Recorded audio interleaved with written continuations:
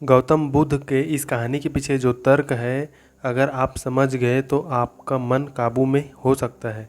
पहली बार जब इस कहानी को पढ़ा तो मुझे इसका तर्क समझ नहीं आया, लेकिन इसका भाव प्रेरणादायी है।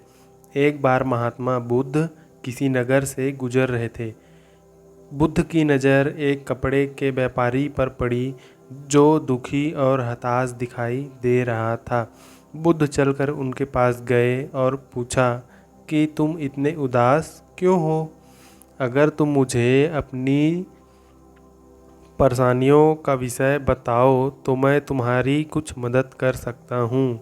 कपड़े के व्यापारी ने बुद्ध को प्रणाम किया और उनको अंदर बुलाया। उस व्यापारी ने कहा कि जब से मेरी पत्नी की मृत्यु हुई है, तब से मेरे घर पर मेरे छोटे बेटे की देखभाल करने वाला कोई नहीं है, इसलिए मैं हमेशा इसको अपनी दुकान पर लेकर आ जाता हूँ। लेकिन मेरी दुकान पर आने वाले हर ग्राहक की पगड़ी को उछाल कर फेंक देता है। कभी कभी उनका झोला उठाकर बाहर फेंक देता है। मैंने इसको बहुत समझाया, डांटा, लेकिन यह नहीं समझा। इसकी इस हरकतों की वजह से मेरे सारे ग्राहक खुद को अपमानित मानकर वापस चले जाते हैं। बुद्ध बोले, मैं तुम्हारी सहायता कर सकता हूँ, पर तुम मुझे वचन दो कि मैं जो भी कहूँगा तुम उसे दखल अंदाजी नहीं करोगे, ना ही कोई प्रश्न करोगे।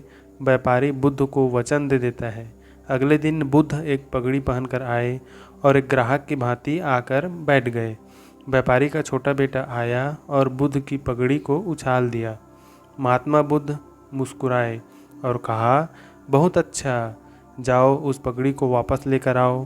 वह बच्चा दौड़कर गया और पगड़ी को लाकर बुद्ध को दे दिया। अगले दिन बुद्ध एक कुल्हाड़ी और एक लकड़ी लेकर आए। उस लड़के ने फिर से उस पगड़ी को उछाल दिया। बुद्ध ने उस लड़के को कुल्हाड़ी और लकड़ी दे दी और कहा, जाओ इस लकड़ी को काटो।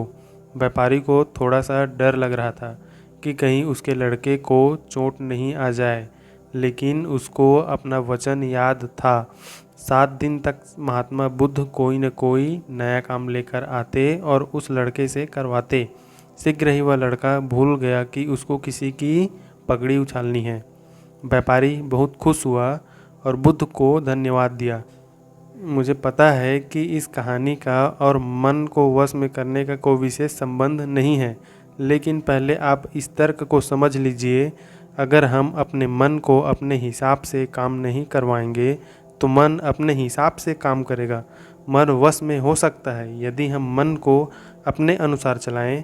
मन 2 तरीक़ों से, पहला अपने हिसाब से काम करता है और हम भी मन के हिसाब से ही चलने लगते हैं। दूसरा, मन को हम अपने हिसाब से काम करवा सकते हैं। बुद्ध से मिलने से पहले उस लड़के का मन और दिमाग अपने हिसाब अनियंत्रित रूप से काम कर रहा था, लेकिन बुद्ध ने उस लड़के को अपने अनुसार काम करवाए, जिससे उसकी आदत ही बदल गई।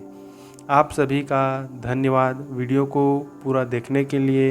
आशा करता हूँ पसंद आया होगा। Please like, share and subscribe.